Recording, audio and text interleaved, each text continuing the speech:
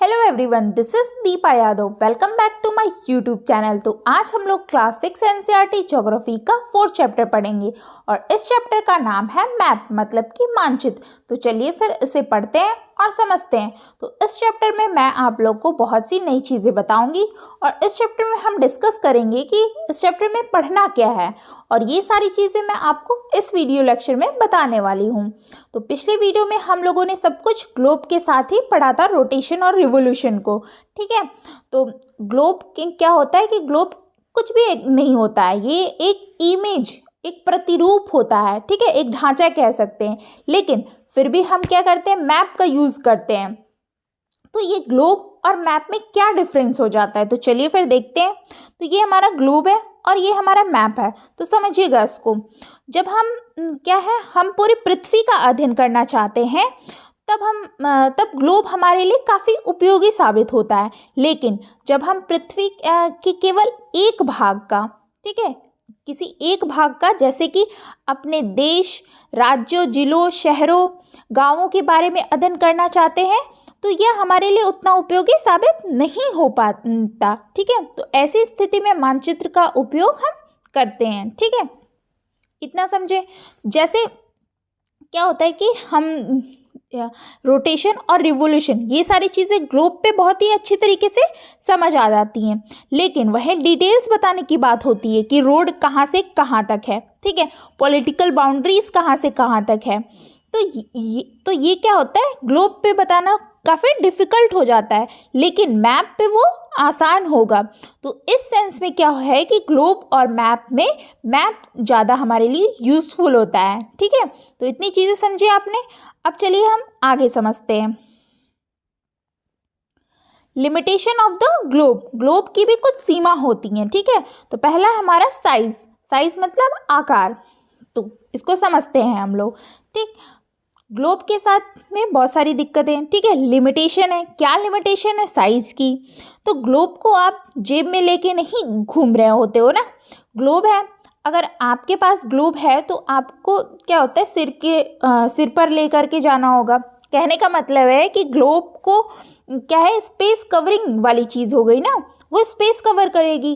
ठीक है, तो साइज एक बड़ा प्रॉब्लम होता है, एक लिमिटेशन होती है। ठीक है, ठीक है, एक ये लिमिटेशन है। लेकिन बात की जाए अगर मैप की, तो मैप का क्या होता है, मैप को फोल्ड किया।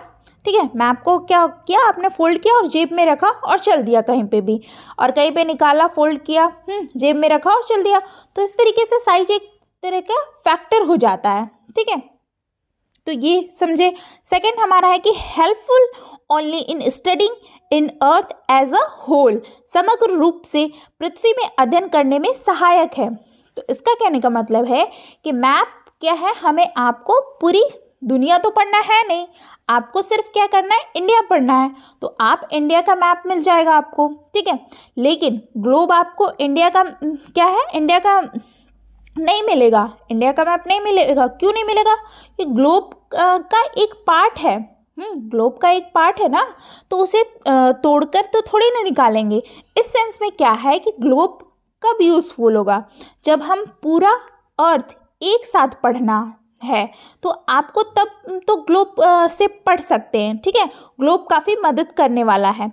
लेकिन अगर आपको कोई एक स्पेसिफिक पार्ट पढ़ना है, जैसे इंडिया छोड़ो, आपको एक यूपी को पढ़ना है, तो जैसे यूपी को पढ़ना है तो वहाँ पर आपको मैप की मदद लेनी होगी। ठीक है, तो इतना आया ना समझ में कि ये होती है हमारी limitation, limitation of the globe. ठीक, अब आगे बढ़ते हैं। इसमें पढ़ेंगे maps are useful for the various purpose, मानचित्र विभिन्न उद्देश्यों के लिए उपयोगी होते हैं। ठीक, तो इसमें पहला पॉइंट है कि map shows a small area and a few fact.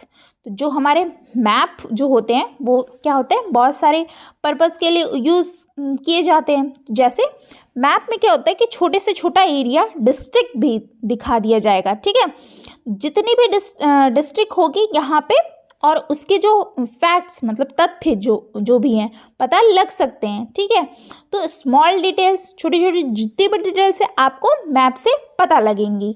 ठीक। और सेकंड है हमारा मैप में contain as many fact as a big book, मतलब कि मानचित्र में एक बड़ी पुस्तक जितने तथ्य हो सकते हैं, जैसे कि एक मैप हो गया, 2 मैप, 3 मैप, 4 मैप। हाँ, तो आप बहुत सारे क्या है डिटेल्स आप मैप के साथ में रख सकते हो।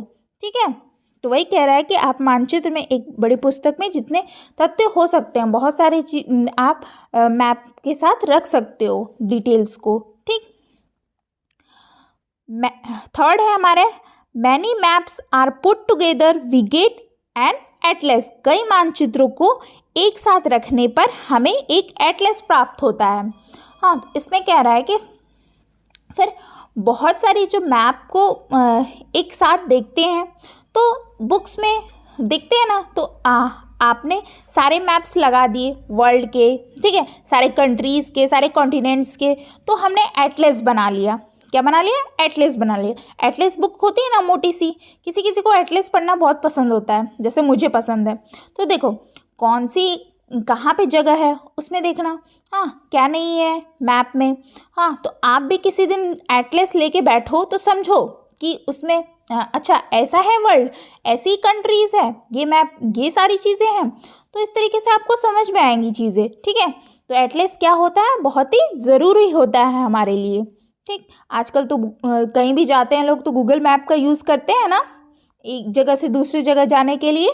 हाँ, तो आप लोग एटलस को भी समझा करो। ठीक है, स्कूल्स में भी आजकल तो पढ़ाया जाता है। तो हमारा फोर्थ पॉइंट है maps provide more information then a globe, मतलब कि मानचित्र ग्लोब की तुलना में अधिक जानकारी प्राप्त करता है। तो इसमें कह रहा है कि मैप में जो हम आपको इन्फॉर्मेशन मिल सकती है, ग्लोब में नहीं मिल सकती है। ग्लोब की वो लिमिटेशन है कि ग्लोब हमें क्या है, उसमें क्या है, ओशन, कंटिनेंट, हाँ कॉन्टिनेंट, ये सारी चीज़ें, टिल्टेशन मतलब कि 3 डायमेंशनल मतलब एक्सपेरिमेंट, ये सारी चीज़ें ग्लोब में बहुत आसान होती हैं। लेकिन जब डिटेल पढ़ने की बारी आएगी, तो डिटेल्स बताने की बारी आती है, तो वहाँ पर आपका मदद करेगा मैप।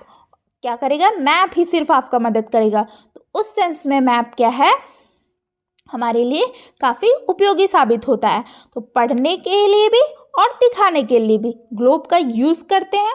और मैप क्या है हमारे लिए, वो एक जगह से दूसरी जगह जाने के लिए, हाँ डिटेल्स के बारे में, डिटेल्स जितनी भी बताने के लिए, तो उसके लिए यूज़फुल में आती है हमारी मैप। ठीक है, तो इतनी चीज़ें आपने समझी। अब हम आगे समझते हैं कि मानचित्र क्या है। ठीक है, तो पृथ्वी की सतह या इसके एक भाग, मतलब एक भाग कह रहा है, पृथ्वी जैसे ये पृथ्वी का एक भाग हो गया। हाँ, क्या पैमाने के माध्यम से चपटी सतह पर खींचा गया चित्र मानचित्र कहलाता है। तो कहने का मतलब, मान लीजिए कि ये हमारी क्या है, पूरी पृथ्वी में कई सारे देश हो गए। ठीक है, कई सारे देश पाए जाते हैं, तो कई महासागर होते हैं, महाद्वीप पाए जाते हैं। तो इन सभी को अलग हटा करके अगर हमें हमारा भारत देश, हमें हमारा भारत देश की जानकारी चाहिए, तो पता लगाना होगा ना, तो हमें भारत देश का चित्र बनाना होगा। हाँ, चित्र बनाकर एक मानचित्र बनाना होगा। ठीक है, और उस चित्र के माध्यम से हम अपने देश की जानकारी प्राप्त कर सकते हैं। ठीक है, तो इसे ही हम मानचित्र कहते हैं। और इसमें कह रहा है कि एक पैमाना भी, तो मतलब ये है कि जैसे ये एक मैप है, और मैप का ये हिस्सा है जो कि 1 सेंटीमीटर का है। अगर मैप में तो वो इतने किलोमीटर का दिखा रहा है। ठीक है, मैप में वो इस सेंटीमीटर को वो किलोमीटर में बता रहा है। तो आपको तो उसको स्केल कर सकते हो ना, मतलब नाप सकते हो। तो 1 सेंटीमीटर इक्वल टू 1000 किलोमीटर। ठीक है, 1 सेंटीमीटर इक्वल टू 1000 किलोमीटर होता है ना। तो चीज़ों को आप नाप सकते हो। आप इस तरीके से जो मैप होता है बहुत ही इम्पॉर्टेंट होता है। तो वही कह रहा है, पृथ्वी की सतह या इसके एक भाग का पैमाने के माध्यम से चपटी सतह पर खींचा गया चित्र मानचित्र कहलाता है। इतनी चीज़ें आपको समझ में आई। तो हम अब आगे पढ़ें, ये इंट्रोडक्शन पार्ट ख़त्म हुआ, ठीक है। इसके आगे हम लोग पढ़ेंगे कि हमारे मानचित्र कितने प्रकार के होते हैं और मानचित्र के घटक कौन कौन से हैं, हाँ, दूरी, दिशा, प्रतीक, ठीक है। तो ये सारी चीज़ें हम लोग आगे के लेक्चर में पढ़ेंगे। अगर वीडियो अच्छी लगी हो तो लाइक ज़रूर किया करिए, ठीक है। और मिलते हैं फिर नेक्स्ट वीडियो में और नेक्स्ट लेक्चर के साथ। तो वीडियो अच्छी लगी हो तो लाइक, शेयर, सब्सक्राइब ज़रूर करें। Thank you.